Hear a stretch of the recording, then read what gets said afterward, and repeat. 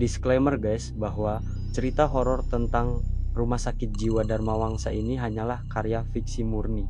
Semua karakter, lokasi, dan kejadian di dalamnya tidak nyata dan dibuat semata-mata untuk tujuan hiburan. Tontonlah dengan bijak. Ini adalah kisah tentang obsesi yang fatal. Kisah tentang dua jurnalis amatir, Aksan dan Laras, yang nekat mencari bukti keberadaan sekte pemujaan di Rumah Sakit Jiwa Dharma Wangsa yang sudah terbengkalai puluhan tahun. Mereka datang untuk mengungkap rahasia, namun yang mereka temukan adalah jebakan yang dirancang untuk menguji batas kewarasan mereka. Aksan menarik napas panjang, bukan untuk memenuhi paru-paru dengan oksigen segar, melainkan untuk menahan aroma busuk yang langsung menyeruak dari celah pintu besi Rumah Sakit Jiwa Dharma Wangsa yang terbuka sedikit. Bau apak dari karpet usang, bau amonia dari cairan pembersih yang gagal membersihkan noda darah kering yang sudah berusia puluhan tahun, dan bau aneh yang paling mengganggu, bau cahaya yang mati. Bau dari tempat yang sudah lama ditinggalkan oleh kehidupan, tempat yang kini hanya dihuni oleh kegelapan dan kenangan buruk. Pukul 1 dini hari,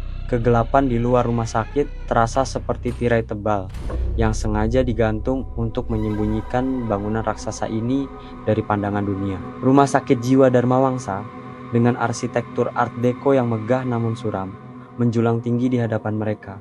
Jendelanya yang pecah dan bolong terlihat seperti mata buta yang menatap kosong ke langit malam. Seolah-olah bangunan itu sendiri adalah monster yang sedang tidur, menunggu waktu untuk bangkit. Di samping Aksan, Laras dengan kamera night vision profesionalnya yang siap merekam setiap inci kegilaan di dalamnya, terlihat bersemangat, namun ada sedikit getaran tak nyaman di bahunya.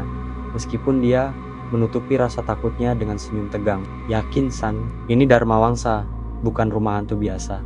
Reputasinya terlalu mengerikan, bisik Laras, suaranya tercekat. Mereka berdua adalah jurnalis amatir, urban explorer yang terobsesi membuktikan mitos dan legenda yang beredar di kota. Dan mitos tentang Dharma Wangsa adalah mitos yang paling gelap. Bukan hanya tempat merawat orang gila, tapi tempat rahasia di mana para elit kota melakukan ritual sesat dan pemujaan setan, menggunakan pasien yang tidak berdaya sebagai objek ritual dan pemuas nafsu bejat. Aksan mengangguk. Center light-nya yang kuat menembus kegelapan. Cahayanya hanya mampu melawan bayangan yang bergerak-gerak di koridor depan yang sangat panjang. Ini kesempatan kita, Lar. Bukti sekte mata hitam itu pasti ada di sini. Kita harus menemukannya sebelum gedung ini dihancurkan, jawab Aksan. Suaranya berusaha terdengar tegas, namun ia sendiri merasakan bulu kuduknya merayap naik. Dinginnya malam ini tidak normal. Ini dingin yang menusuk hingga ke sumsum tulang. Mereka berhasil membuka kunci grendel pintu besi utama yang sudah berkarat dengan seperangkat alat plug picking yang dibawa Laras. Begitu pintu terbuka, bunyi derit panjang dan memilukan menyambut mereka. Suara yang bergemuruh di seluruh koridor kosong. Seolah-olah pintu itu adalah sebuah katup yang baru saja melepaskan tekanan dari neraka yang terpendam di dalamnya. Mereka melangkah masuk, meninggalkan dunia luar. Koridor lantai dasar sangat luas, dindingnya berwarna hijau mint yang kini berubah kusam dan dipenuhi noda hitam bekas jamur dan lumut. Lantainya dilapisi tegel keramik yang banyak pecah, dan di setiap sudut ruangan terdapat kursi roda tua yang tampak dibiarkan begitu saja. Bantalannya robek dan busanya mencuat keluar. Benda-benda itu berdiri diam seperti patung-patung penjaga yang mengawasi kedatangan mereka. Lihat San, di sini. Laras menyalakan kamera night vision-nya, mengarahkannya ke dinding di samping resepsionis yang sudah roboh. Kamera itu menangkap tulisan yang diukir dalam cat merah yang sudah mengering. Tulisannya berbunyi ke-303, kamarnya pasien khusus. Kamar ke-303, katanya itu kamar yang paling banyak terjadi percobaan bunuh diri dan ritual pemanggilan. Kita harus ke lantai 3, bisik Laras. Matanya berbinar karena adrenalin. Aksan tahu, lantai 3 adalah tujuan utama mereka. Tempat ruang perawatan khusus yang dijaga ketat, tempat rahasia yang konon digunakan sebagai arena ritual sekte mata hitam. Mereka mulai menelusuri koridor. Langkah kaki mereka berdua terdengar terlalu keras di keheningan yang mematikan. Di sini tidak ada suara binatang pengerat, tidak ada suara angin, hanya keheningan yang tebal dan mencekik. Seolah-olah semua suara di rumah sakit ini telah disensor oleh keberadaan yang lebih besar. Mereka melewati ruang administrasi. Di sana semua lemari arsip terbuka, isinya berserakan di lantai. Dokumen-dokumen medis yang menguning dan foto-foto pasien yang terlihat sakit dan tersiksa. Mata mereka semua tampak melotot ke arah Aksan dan Laras, seolah menuntut pertanggungjawaban. Saat mereka melewati sebuah papan pengumuman yang sudah lapuk, Laras tiba-tiba berhenti. Tangannya mencengkram lengan Aksan dengan erat. "San, dengar itu," bisik Laras. Aksan menghentikan langkahnya. Ia mendengar suara yang sangat samar, suara nyanyian. Bukan nyanyian biasa, melainkan humming atau dengungan yang rendah, berirama, dan sangat melankolis. Terdengar seperti suara wanita yang mencoba menenangkan dirinya sendiri di tengah kegilaan. Suara itu datang dari lorong sebelah kiri, menuju ruang terapi. Aksan mengarahkan senternya ke sana. Cahayanya menembus kegelapan, tetapi tidak ada apa-apa. Hanya bayangan yang bergerak ketika ia menggerakkan senternya. "Jangan hiraukan, Lar. Anggap saja sisa energi emosional," ujar Aksan, mencoba terdengar logis. Padahal ia sendiri tahu, suara itu terlalu jelas dan terlalu dekat untuk sekadar energi. Mereka melanjutkan perjalanan mereka menuju tangga darurat di ujung koridor. Tangga itu terbuat dari beton, melingkar ke atas, dan dipenuhi debu tebal. Di setiap anak tangga, Aksan merasakan sensasi dingin yang berbeda. Seolah-olah ia sedang melewati lapisan-lapisan suhu yang dipertahankan oleh entitas tak kasat mata. Saat mereka menaiki lantai 1 ke lantai 2, suara nyanyian itu berhenti total, digantikan oleh suara yang lebih mengganggu. Suara benturan logam yang keras dan berirama, seperti seseorang yang sedang memukul jeruji besi kamar pasien dengan sendok secara berulang-ulang. Tang, tang, tang. Tang, suara itu datang dari lorong di lantai 2 yang baru saja mereka capai. Laras menghentikan perekaman videonya. Ia tampak ketakutan. "Itu suara kamar soliter, San. Kita nggak usah ke sana," bisik Laras. Nada suaranya memohon. Aksan merasakan desakan kuat untuk melihat, dorongan khas jurnalis yang harus melihat dan merekam. "Cuma sebentar, Lar. Kita harus dapat footage atmosfer," kata Aksan. Meskipun niatnya lebih dari itu, ia merasa ada sesuatu yang menariknya ke sumber suara itu. Mereka berjalan pelan menyusuri lorong lantai 2. Lorong ini lebih sempit dan lebih menyeramkan. Pintu-pintu kamar pasien berjejer di sepanjang lorong.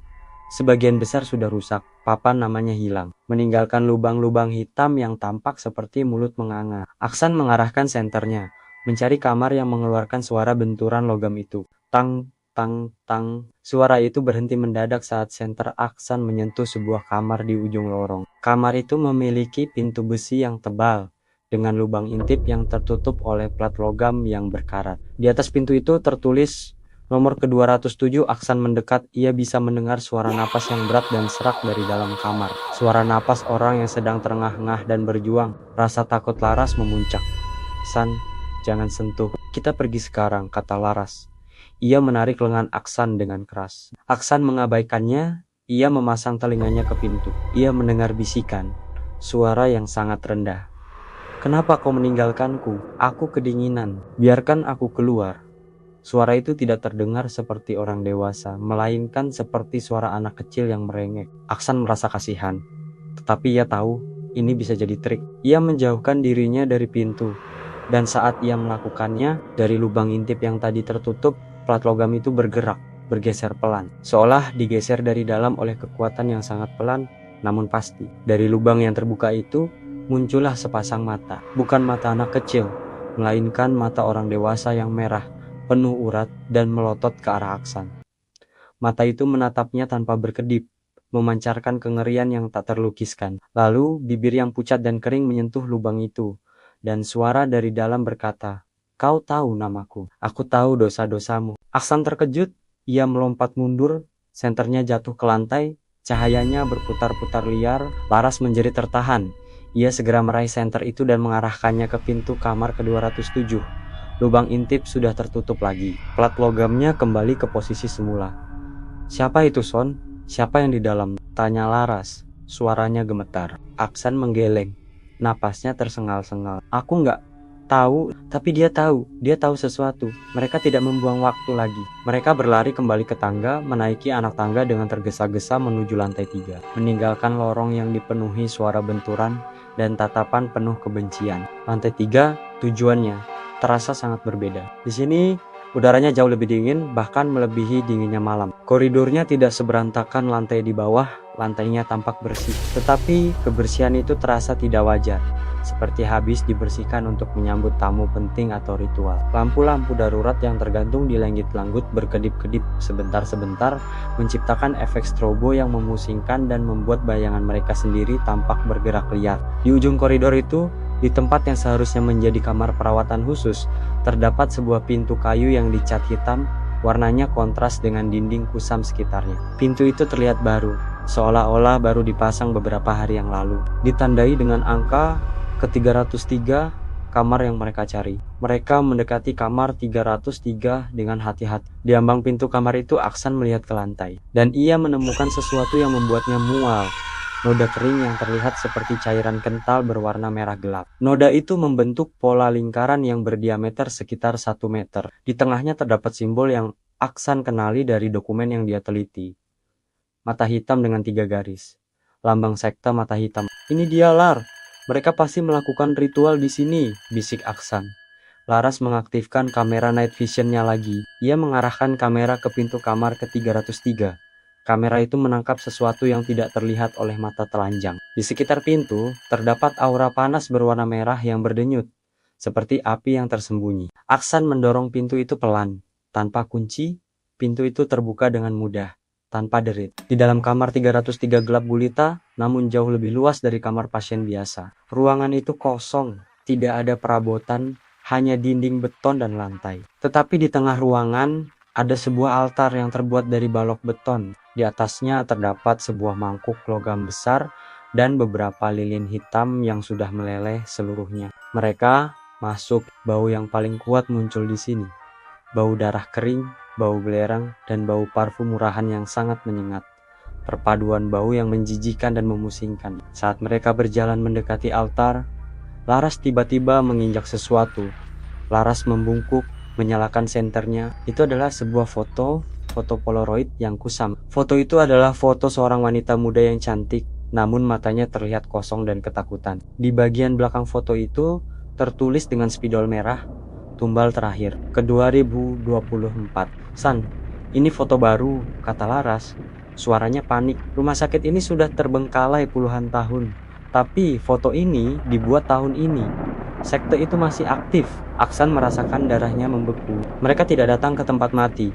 Mereka datang ke tempat yang sedang aktif digunakan, tempat yang sedang menunggu korban berikutnya. Mereka mungkin adalah korban berikutnya. Saat mereka berdiri di tengah ruangan, pintu kamar 303 di belakang mereka tiba-tiba tertutup dengan bunyi brok yang keras dan memekakkan telinga. Aksan dan Laras berbalik.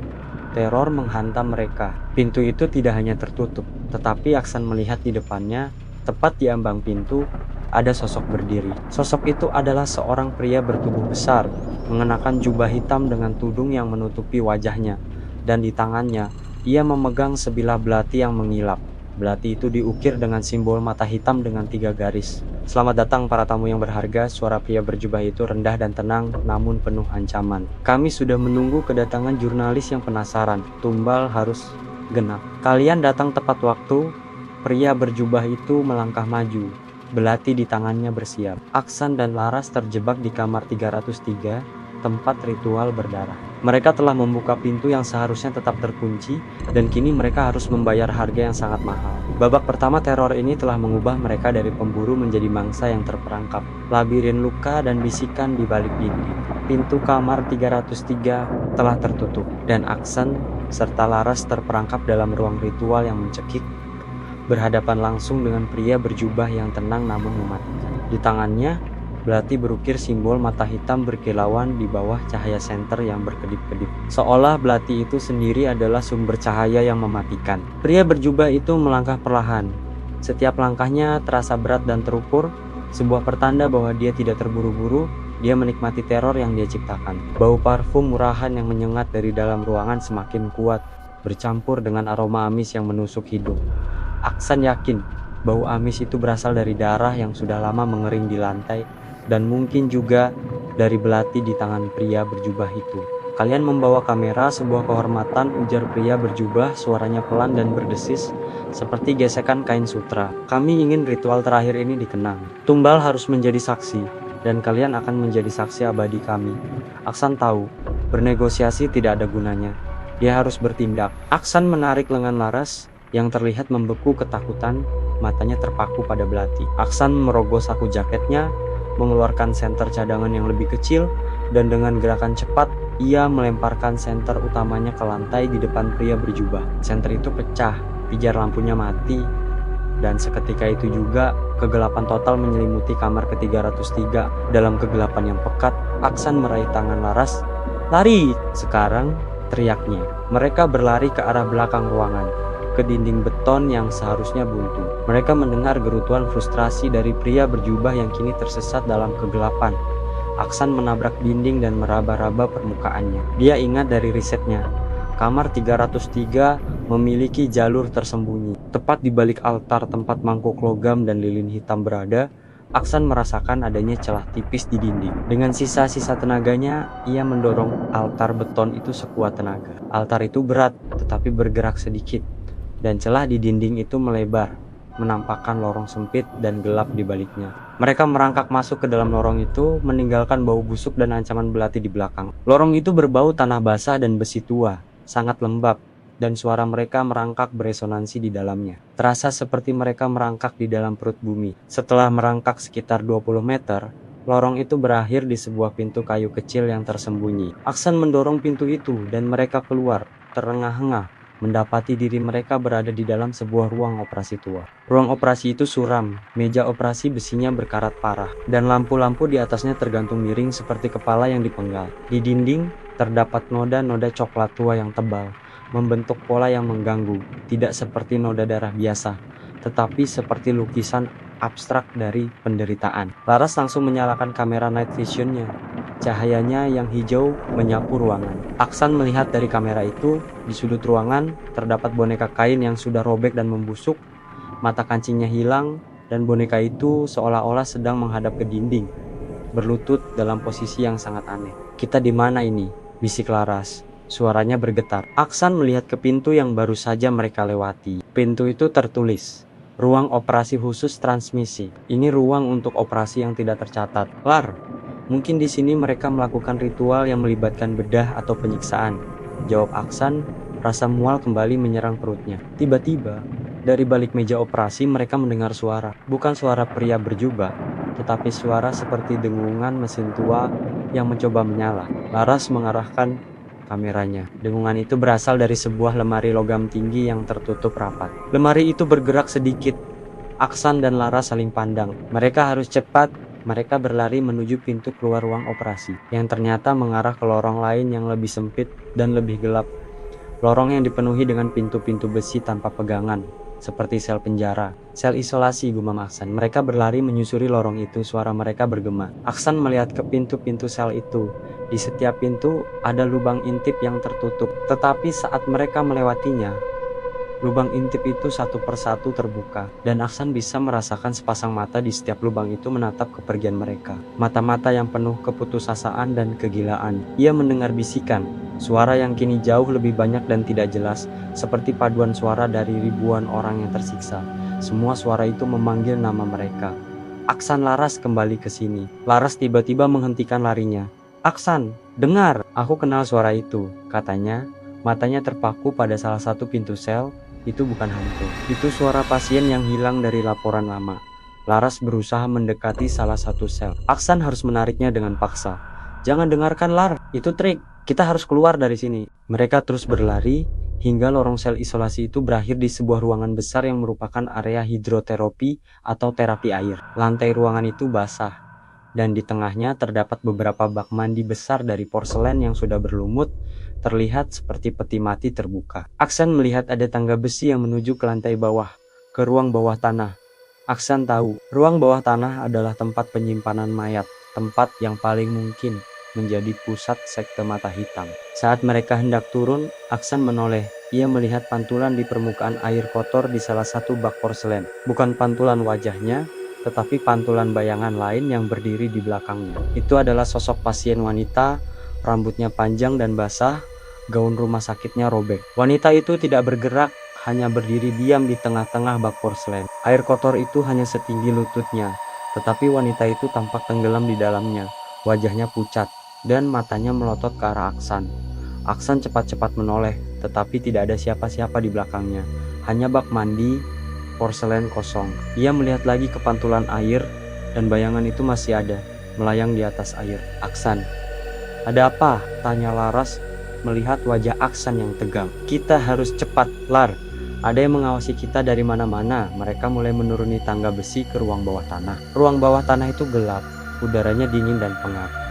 Bau yang paling mendominasi di sini adalah bau formalin dan mayat yang sudah terurai. Mereka masuk ke lorong yang jauh lebih sempit, yang mereka yakini adalah kamar mayat.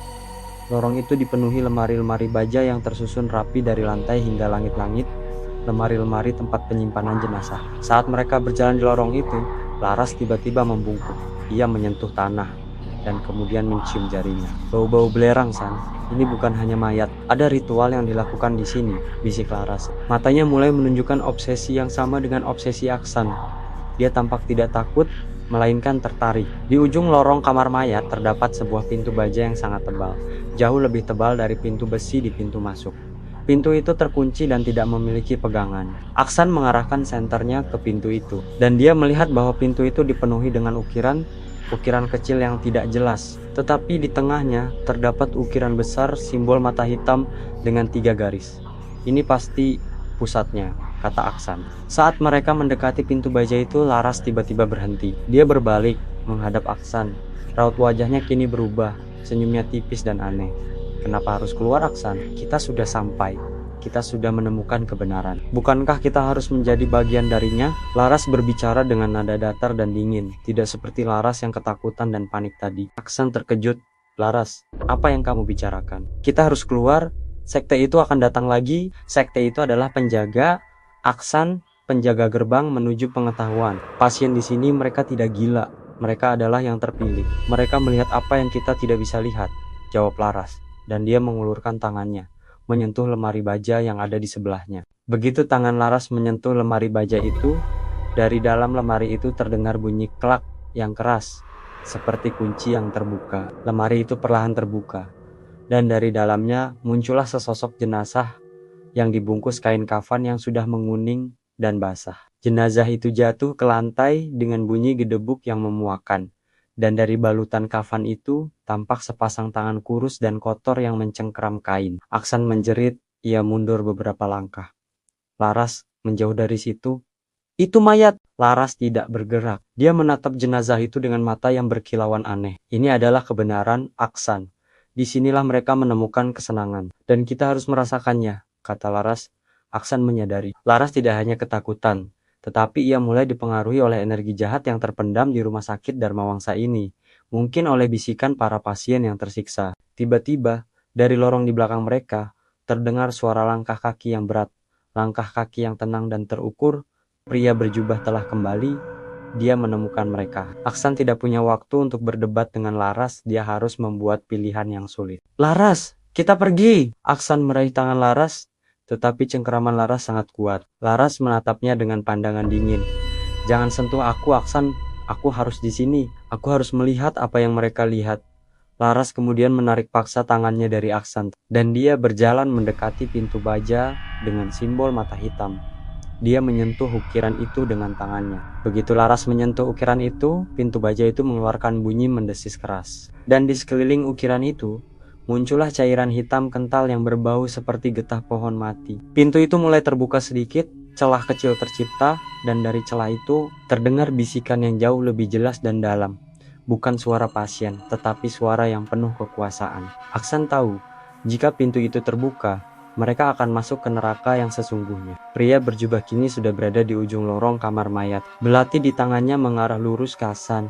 Aksan harus menghentikan Laras, atau mereka berdua akan mati. Dengan sisa keberaniannya, Aksan menerjang Laras, mendorongnya menjauh dari pintu baja itu. Laras menjerit, bukan jeritan ketakutan, tetapi jeritan kemarahan dan frustrasi. Mereka jatuh tersungkur ke lantai kamar mayat yang dingin. Pria berjubah melihat pemandangan itu dan tertawa kecil, tawa yang penuh kemenangan. Aksan bangkit. Ia tidak peduli lagi dengan pria berjubah. Ia harus fokus pada Laras.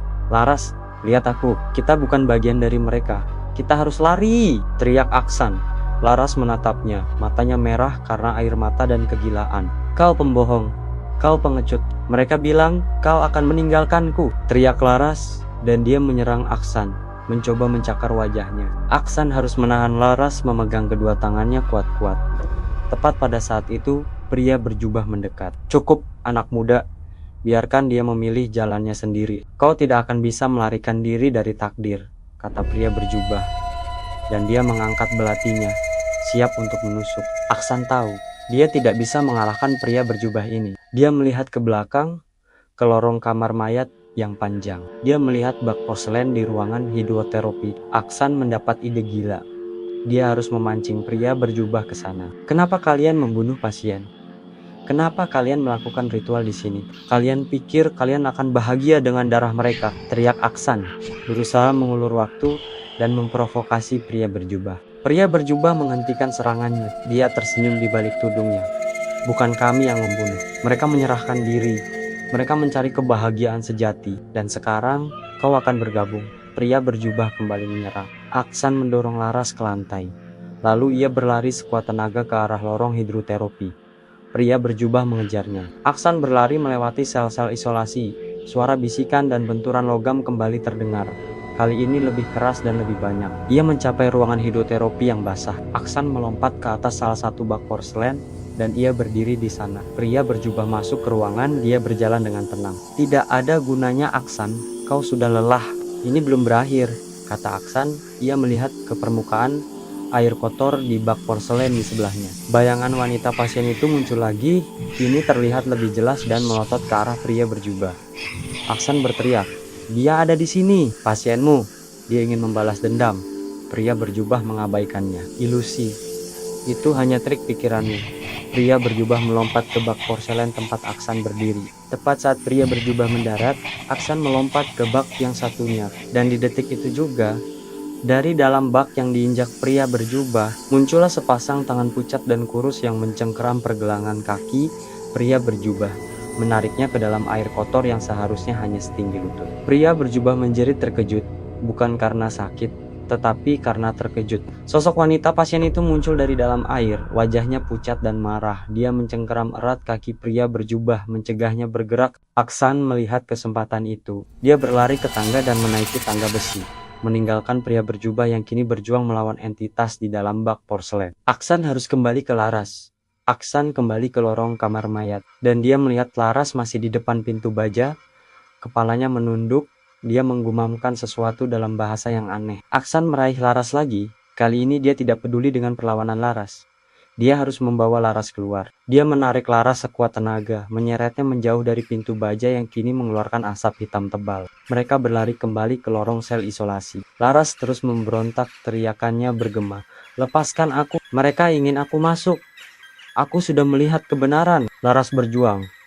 Dan saat mereka melewati sebuah sel, Laras berhasil menarik tangannya. Dan dia menampar wajah Aksan dengan keras. Aksan tersentak. Aku membencimu. Kau menghancurkan segalanya, teriak Laras. Aksan melihat mata Laras. Matanya kini dipenuhi kegilaan. Pupil matanya melebar dan tampak hitam pekat seperti simbol sekte mata hitam. Aksan tahu Laras tidak sepenuhnya ada di sana. Mereka terus berlari, naik ke lantai 2. Di tangga, Aksan melihat ke bawah. Pria berjubah kini sudah berhasil keluar dari bak porselen. Wajahnya penuh lumpur dan air kotor. Dia marah besar. Belatinya sudah siap. Dia mengejar mereka. Aksan dan Laras harus lebih cepat. Mereka mencapai lantai 3. Lorong yang tadi bersih kini dipenuhi oleh ceceran air dan lumpur yang ditinggalkan pria berjubah. Mereka berlari ke arah pintu depan. Pintu besi yang menjadi pintu masuk mereka. Pintu itu terlihat di kejauhan. Sebuah janji kebebasan. Tetapi saat mereka mencapai pintu itu, mereka menemukan bahwa pintu besi itu telah tertutup. Dan dari dalam, terdengar suara grendel yang dikunci. Klak-klak. Mereka terkunci di dalam. Aksan melihat ke sekeliling, mencari jalan keluar. Di sebelahnya ada jendela besar, jendela yang pecah. Aksan mengambil salah satu kursi roda tua yang ada di sana, dan dia melemparkannya ke jendela. Jendela itu pecah, dan angin dingin langsung menerpa wajah mereka. Mereka berhasil membuat jalan keluar. Laras, kita keluar sekarang, teriak Aksan. Laras tidak bergerak, dia berdiri diam di depan jendela, membiarkan angin dingin menerpa wajahnya. Dia tersenyum, senyum yang mengerikan. Aku tidak bisa keluar, Aksan.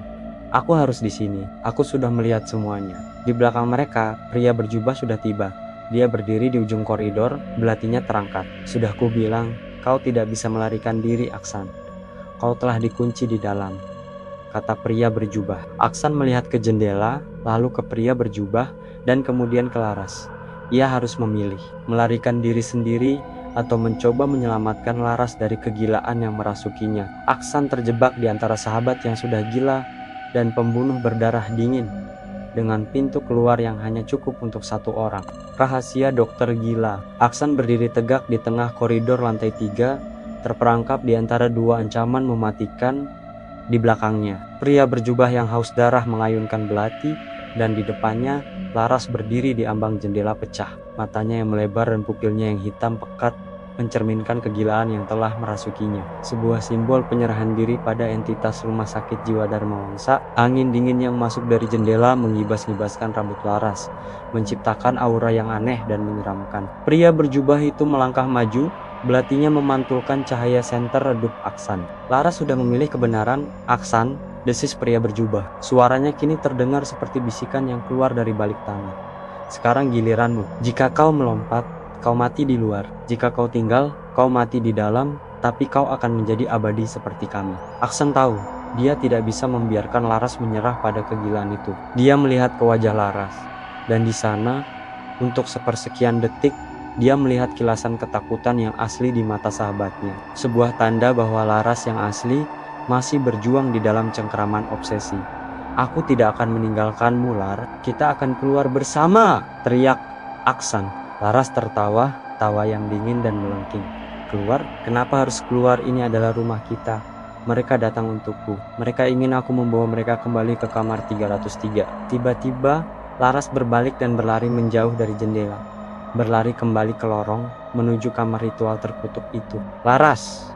Tunggu! Aksan berlari mengejar Laras, mengabaikan pria berjubah di belakangnya. Dia tahu pria berjubah adalah bahaya fisik, tetapi Laras yang dirasuki adalah ancaman yang jauh lebih besar. Ancaman yang dapat membuka pintu gerbang neraka yang sesungguhnya di kamar ke-303. Pria berjubah meraung, frustrasi, dan mulai berlari mengejar Aksan. Aksan berhasil menangkap Laras tepat di depan pintu kamar 303 yang terbuka sedikit. Laras melawan dengan kekuatan yang tidak wajar, mencakar dan mendang. Di tengah pergulatan itu, Aksan melihat sebuah detail mengerikan di balik pintu yang terbuka di dalam kamar itu. Sudah ada 3 sosok berjubah hitam lain yang berdiri mengilingi altar, menanti kedatangan Laras. Mereka sedang menunggu tumbalnya. Aksan tahu dia tidak bisa membawa Laras keluar dari rumah sakit ini. Karena Laras akan terus kembali ke kamar ke-303, Aksan harus mengakhiri obsesi Laras. Atau lebih tepatnya, mengakhiri pengaruh entitas itu terhadap Laras. Aksan melihat ke sekeliling lorong dan matanya tertuju pada sebuah kereta dorong medis tua yang penuh dengan cairan kimia yang sudah mengering. Dia melihat botol kecil berisi cairan kuning pekat, cairan yang ia kenali dari resepnya sebagai formalin konsentrat yang digunakan untuk pengawetan mayat. Dengan satu dorongan keras, Aksan menjatuhkan Laras ke lantai dan ia berlari ke kereta medis itu. Pria berjubah kini sudah berada di depan pintu kamar 303, menghalangi Aksan untuk masuk. Kau tidak akan pernah menyentuhnya lagi. Dia adalah tumbal kami. Geram pria berjubah. Aksan mengambil botol formalin konsentrat itu, tangannya gemetar. Dia tidak tahu apa yang akan terjadi jika ia menuangkan formalin ke Laras, tetapi ia harus mengambil risiko. Kalian tidak akan mendapatkan dia, teriak Aksan, dan ia melemparkan botol formalin itu ke lantai di depan pintu kamar ke-303. Botol itu pecah, cairan kuning pekat itu menyebar di lantai. Pria berjubah dan 3 sosok berjubah di dalam kamar bereaksi dengan panik.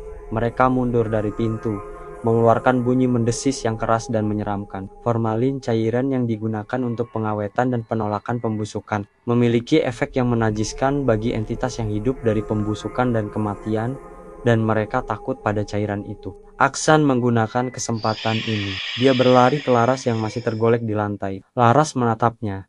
Matanya mulai berair, dan ia kembali sadar, meskipun hanya sebentar. San, jangan biarkan aku kembali ke sana, bisik Laras.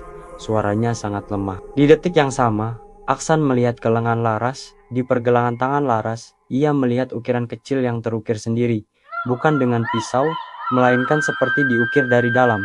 Ukiran simbol mata hitam dengan 3 garis. Laras sudah ditandai. Untuk membebaskannya, ia harus memutus garis penghubung itu. Riset Aksan kembali berputar di kepalanya. Sekte mata hitam adalah tentang keterikatan darah dan penyatuan nafsu. Untuk memutus keterikatan, Aksan harus menemukan inti dari pemujaan ini. Aksan ingat risetnya tentang pendiri rumah sakit jiwa Dharma Wangsa. Dr. Dharma Wangsa, seorang dokter yang juga pemimpin sekte mata hitam, Dokter Dharmawangsa konon menyembunyikan jantung kegilaannya di ruang kerjanya. Kita harus ke ruang kerja Dokter Dharmawangsa di lantai 4, seru Aksan, dan dia menarik Laras kembali ke tangga. Mereka berlari ke tangga darurat. Pria berjubah dan para anggota sekte di kamar 303 tidak bisa mengejar mereka karena takut formalin yang masih menyebar di lantai. Mereka menaiki tangga menuju lantai 4. Lantai 4 adalah lantai yang paling sunyi, lantai yang seharusnya menjadi ruang administrasi dan kantor pribadi. Di lantai 4 lorongnya terasa sangat berbeda. Di sini udaranya panas, bukan dingin, dan bau parfum murahan yang menyengat terasa sangat kuat, bercampur dengan bau asap rokok yang sudah lama. Lantai di lorong ini dipasangi karpet beludru merah yang sudah kusam dan berjamur, sebuah indikasi kemewahan yang gila. Mereka menemukan sebuah pintu besar yang terbuat dari kayu jati. Pintu itu dihiasi ukiran yang mengerikan, wajah-wajah pasien yang tersiksa dan tertawa histeris. Di atas pintu itu terukir ruang kerja DRD. Aksan mendorong pintu itu, dan kali ini pintu itu tidak terkunci. Di dalam ruangan itu semuanya tampak terjaga, tidak seperti sisa rumah sakit yang hancur. Sebuah meja kerja besar dari kayu gelap, buku-buku medis tua yang tertata rapi di rak dan di dinding. Tergantung potret besar DR Dharmawangsa, seorang pria tua dengan mata yang dingin dan menusuk.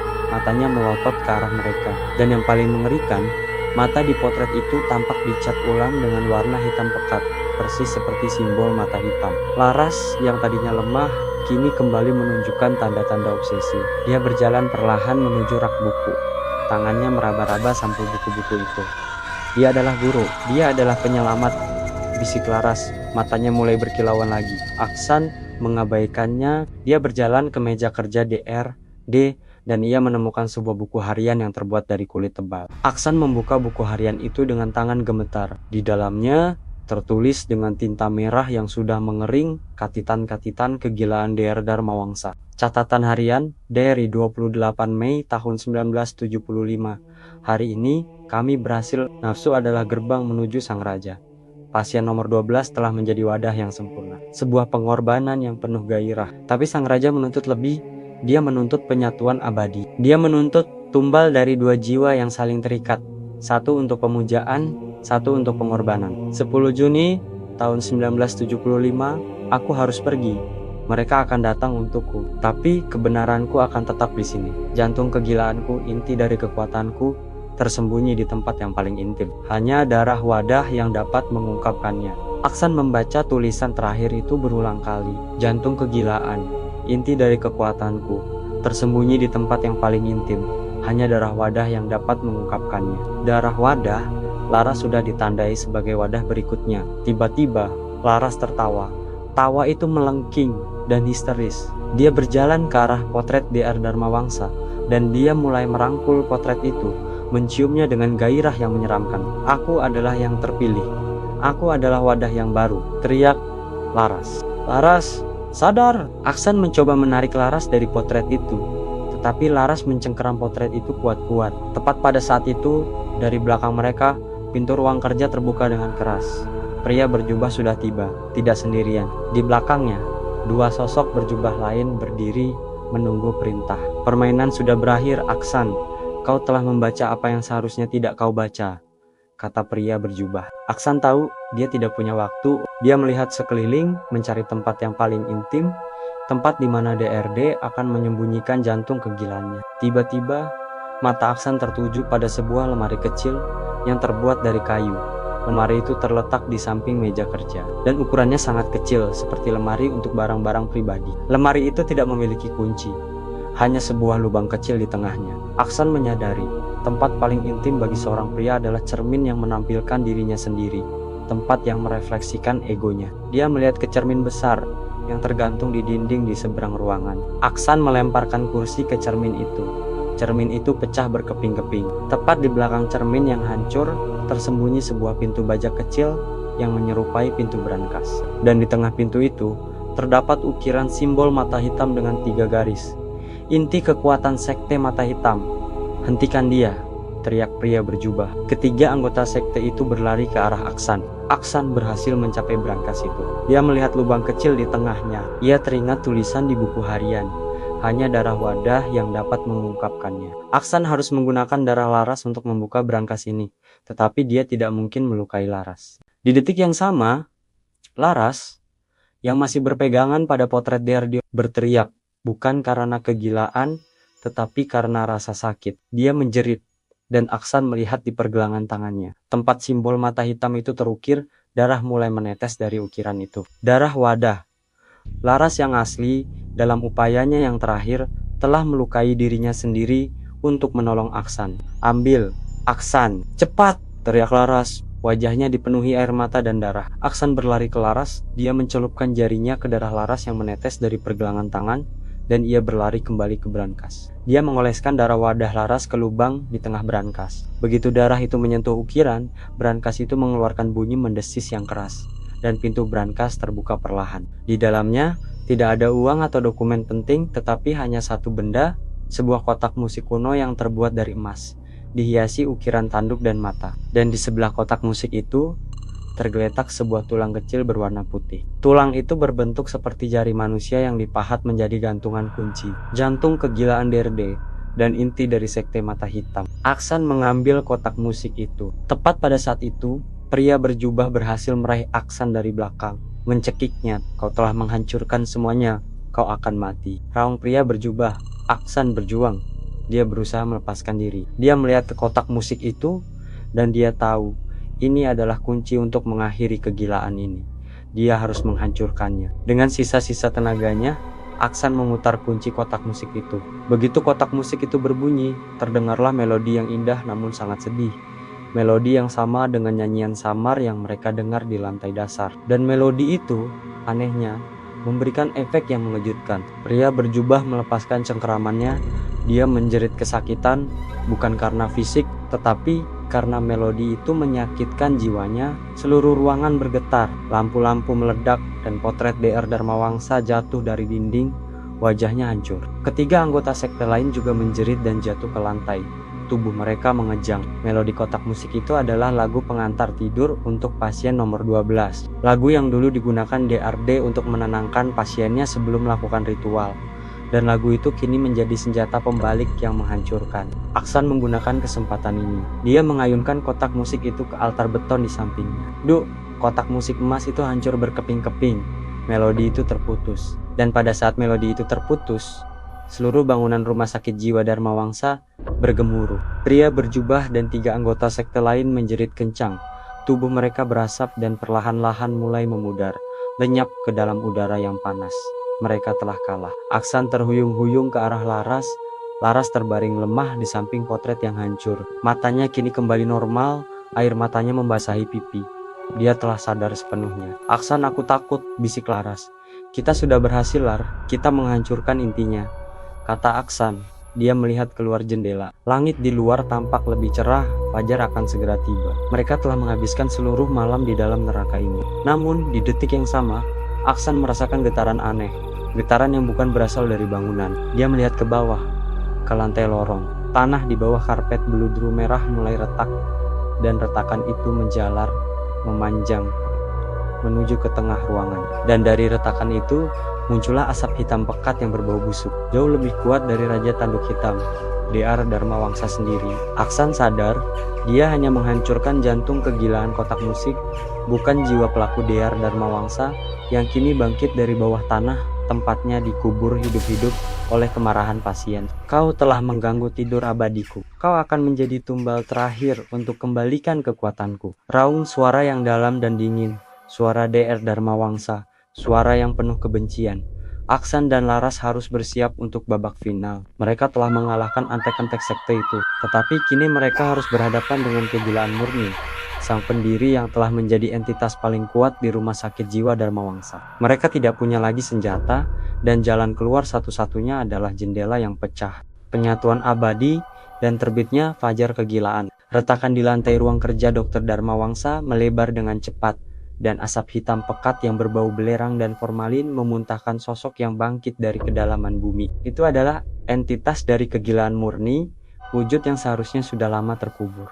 Dr. Dharmawangsa sendiri, sosoknya tampak seperti bayangan yang berpakaian rapi, mengenakan jas vintage yang elegan namun compang-camping. Wajahnya pucat pasi dan kaku seperti mayat yang diawetkan, dan matanya persis seperti yang tergambar di potret yang hancur, hitam pekat tanpa pupil. mata hitam yang memancarkan kebencian abadi dan kekuasaan yang tak terbantahkan. Suaranya dingin, bergetar, dan penuh otoritas yang menyeramkan. Kau berani menghancurkan visiku, remaja bodoh. Kau telah membebaskan aku dari siksaan persembunyian. Sekarang, terimalah rasa Esyukuru sebagai tumbal terakhir. Aksan memeluk erat Laras, yang kini tampak lemah dan sadar. Tetapi tubuhnya menggigil hebat karena trauma dan sisa-sisa pengaruh sekte mata hitam di sekeliling mereka. Ruang kerja itu hancur, buku-buku berjatuhan, dan potret-potret yang tersisa di dinding retak. Aksan tahu inilah inti dari semua horor yang mereka alami. Raja Tanduk Hitam di gunung adalah entitas kuno, tetapi Dokter Dharma Wangsa adalah entitas modern. Manusia yang memilih menjadi iblis, dan kejahatannya jauh lebih terencana. Ia tidak hanya ingin membunuh, ia ingin penyatuan abadi, ia ingin mengambil jiwa mereka dan menjadikannya bagian dari kegilaan abadi Dharma Wangsa. Kita tidak akan menyerah Dharma Wangsa, kotak musikmu sudah hancur. Sektemu sudah hilang, teriak Aksan, suaranya parau. Dokter Dharma Wangsa tertawa, tawa yang kering dan tajam, seperti pecahan kaca yang digesekkan. Kotak musik hanya kenangan, anak muda, kekuatanku adalah rumah sakit ini sendiri. Koridor, dinding, dan setiap pasien yang kau tumbalkan adalah bagian dari diriku. Saat Dokter Dharma Wangsa berbicara, dinding-dinding di sekitar mereka mulai mengeluarkan cairan hitam kental yang berbau formalin. Cairan itu merayap, membentuk lengan-lengan tipis yang menyerupai infus, siap mencengkeram dan menarik mereka. Aksan melihat ke jendela pecah, satu-satunya jalan keluar. Mereka harus melompat. Laras, kita harus lompat. Tidak ada waktu, seru Aksan. Ia mencoba menarik Laras. Laras menatap jendela itu dengan ketakutan yang nyata. Terlalu tinggi, San. Kita akan mati memang, raung Dokter Dharma Wangsa. Ia mengangkat tangannya yang pucat, dan di udara di atas mereka muncullah bayangan mengerikan yang buram. Bayangan pasien nomor 12, wanita pasien yang menjadi tumbal pertama. Bayangan itu bergerak cepat, siap menerkam Laras. Aksan tahu, dia harus memancing Dokter Dharma Wangsa menjauh dari Laras. Dia melihat ke meja kerja yang sudah terbalik. Di bawahnya tersangkut sebuah botol kecil yang berisi cairan bening. Alkohol 96% yang digunakan untuk mensterilkan. Aksan meraih botol itu. Tepat saat bayangan pasien nomor 12 menerjang, Aksan melemparkan botol alkohol itu ke tubuh bayangan itu. Alkohol, zat yang murni, bereaksi dengan energi gelap bayangan itu. Bayangan itu menjerit, suaranya adalah desahan sedih yang memilukan, dan bayangan itu menghilang, kembali terserap ke dalam dinding. Dokter Dharma Wangsa terkejut sesaat. Kau memang menyusahkan. Entitas itu bergerak cepat ke arah Aksan, kecepatannya tidak wajar. Aksan tidak sempat menghindar. Dokter Dharma Wangsa mencengkeram leher Aksan dengan kekuatan luar biasa. Aksan merasakan dinginnya kekuatan entitas itu merasuk ke dalam kulitnya. Energinya ditarik keluar. Laras, lari! Lompat, Aksan berteriak, suaranya tercekat. Laras, melihat Aksan di ambang kematian, berhasil mengumpulkan sisa keberaniannya. Ia tahu, jika Aksan mati, ia akan kembali menjadi wadah. Laras tidak lari ke jendela. Ia melihat ke sekeliling, mencari sesuatu yang lain. Matanya tertuju pada lemari brankas yang tadi mereka buka. Di dalamnya, selain kotak musik yang sudah hancur, ada benda kecil yang tertinggal.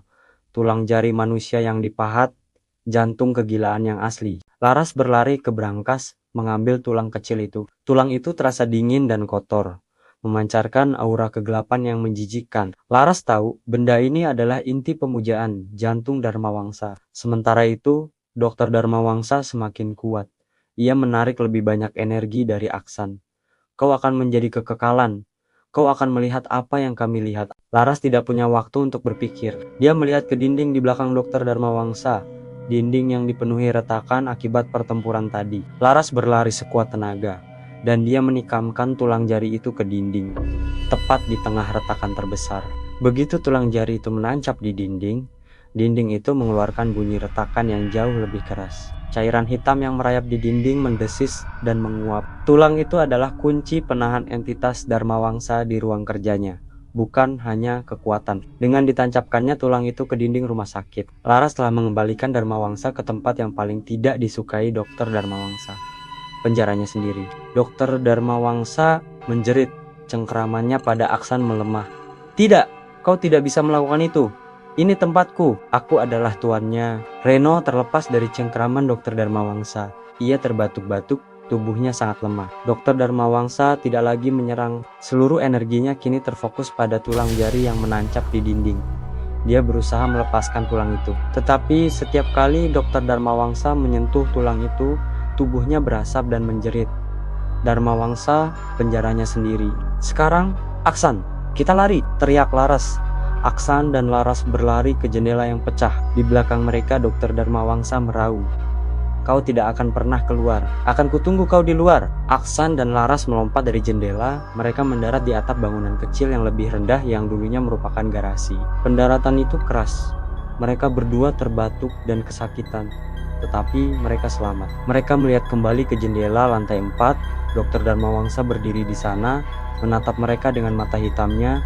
Wajahnya dipenuhi kemarahan yang tak terlukiskan. Kau akan kembali, raungnya. Aksan dan Laras tidak berhenti. Mereka berlari menuruni atap, melompat ke tanah, dan berlari ke arah pintu gerbang depan yang masih terkunci. Mereka berlari sekuat tenaga. Tiba-tiba, dari kegelapan di belakang mereka, terdengar suara gerutuan yang serak. Bukan suara Dr. Darmawangsa, tetapi suara yang dikenali Aksan dan Laras.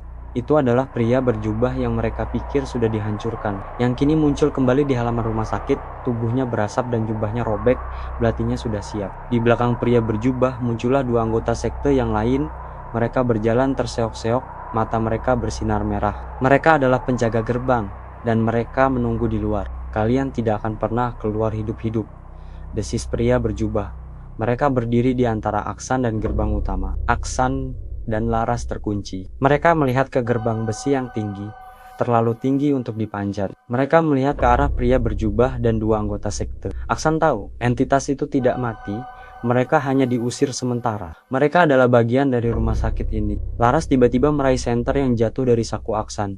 Dia mengarahkan senter itu ke gerbang utama. Di gerbang itu, di samping engsel besi yang berkarat, terpasang sebuah papan kecil yang sudah berlumut. Papan itu bertuliskan, "Gedung akan diratakan 2 minggu lagi." Aksan sadar, satu-satunya cara untuk mengakhiri horor ini adalah menghancurkan rumah sakit jiwa Darmawangsa sepenuhnya. Menghancurkan fisik bangunan yang menjadi sumber kekuatan Dr. Darmawangsa.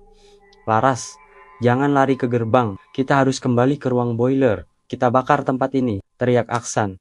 Gagasannya gila, tetapi itulah satu-satunya cara untuk membunuh kegilaan abadi Darmawangsa. Mereka berbalik, berlari menjauh dari gerbang, dan menuju sayap bangunan lain yang mereka tahu adalah ruang boiler. Pria berjubah dan anggota sekte mengejar mereka. Langkah kaki mereka yang tidak menginjak tanah bergemuruh di halaman. Mereka mencapai pintu ruang boiler. Aksan mendobrak pintu itu. Di dalamnya, ruang boiler itu gelap, dipenuhi pipa-pipa berkarat dan tungku-tungku tua. Aksan melihat ke sudut, ada beberapa drum yang berisi minyak tanah tua yang digunakan untuk menjalankan tungku. "Kita harus bakar minyak ini, Lar. Kita harus hancurkan rumah sakit ini," seru Aksan. Suaranya dipenuhi tekad yang putus asa.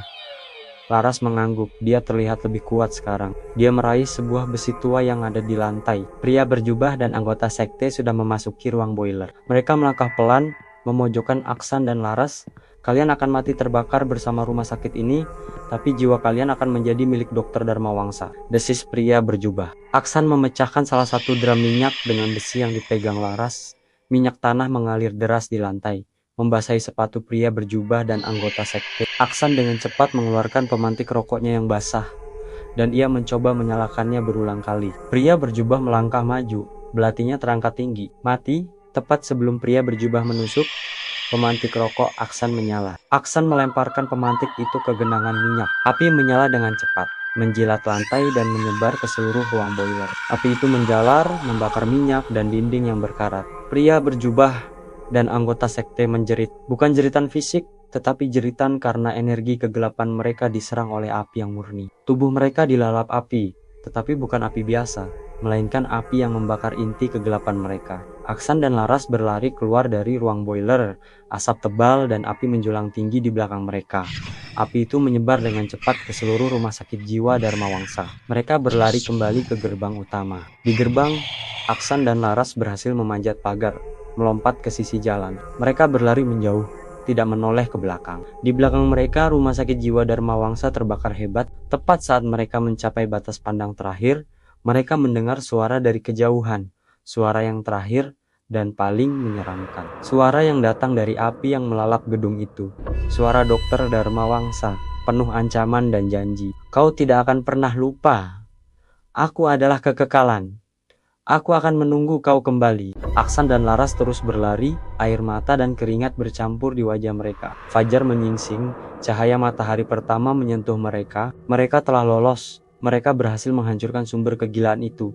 Tetapi trauma dan janji Dokter Dharma Wangsa akan mengikuti mereka selamanya. Mereka telah keluar dari neraka Dharma Wangsa, tetapi mereka membawa sebagian kegilaan itu di dalam jiwa mereka. Kita telah mencapai akhir dari malam terpanjang. Aksan dan Laras berhasil keluar dari rumah sakit jiwa Dharma Wangsa, yang kini hanya menyisakan puing. Tetapi lihatlah sisa-sisa trauma di mata mereka. Api telah memurnikannya. Namun janji yang diucapkan Dokter Dharma Wangsa dari dalam kobaran itu akan tetap bergema. Kegilaan tidak pernah benar-benar mati. Ia hanya berpindah tempat, bersembunyi di dalam pikiran, atau menunggu di antara retakan sejarah. Mereka pulang, membawa bukti paling mengerikan yang pernah ada, namun mereka juga membawa beban dari penyatuan abadi yang ditolak. Apakah Aksan dan Laras benar-benar bebas? Menurut Anda, apakah Laras akan kembali ditarik oleh sisa-sisa pengaruh Dokter Dharma Wangsa, atau Aksan yang akan lebih dulu gila? Jika Anda suka dengan cerita yang membuat jantung berdebar ini, jangan lupa segera subscribe channel kami, like video ini, dan aktifkan tombol loncengnya, agar Anda tidak ketinggalan kisah horor kami berikutnya.